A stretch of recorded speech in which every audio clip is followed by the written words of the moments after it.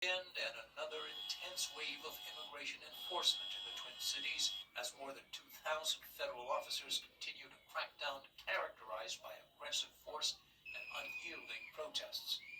It comes as weary residents brace for the potential deployment of active duty troops after President Trump threatened late last week to invoke the Insurrection Act, something Mayor Jacob Frey said Sunday would be, quote, shocking.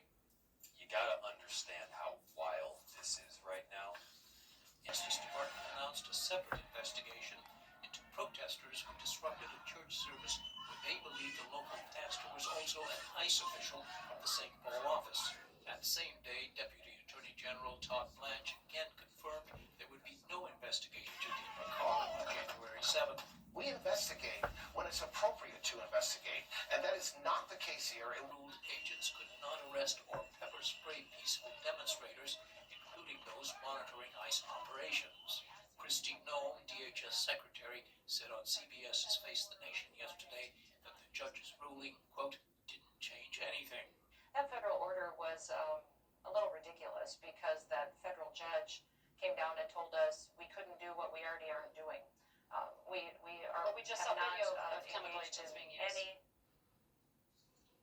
We only use those chemical agents when there's violence happening and perpetuating, and you need to be able to establish law and order to keep people safe. Nonetheless, the Justice Department said today it would appeal the court ruling. This weekend, a planned anti-Islam pro-ICE rally, which was set to feature a Quran burning, drew few supporters. But its organizer, far-right activist Jake Lang, had to be escorted from the scene, ironically by counter-protesters themselves, after he was swarmed and pelted with water balloons.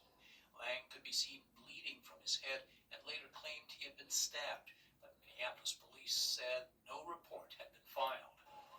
Even for Minnesota, weather here in recent days has been unusually cold.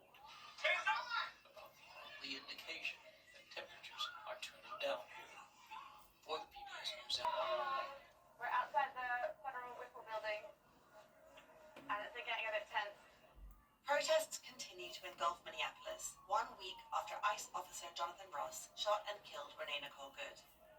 Federal officials say that the shooting was self-defense.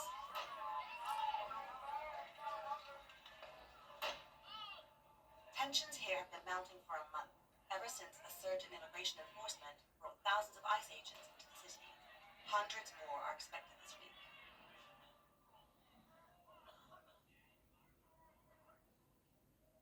Now, Minneapolis finds itself at the center of an escalating standoff between federal and local government.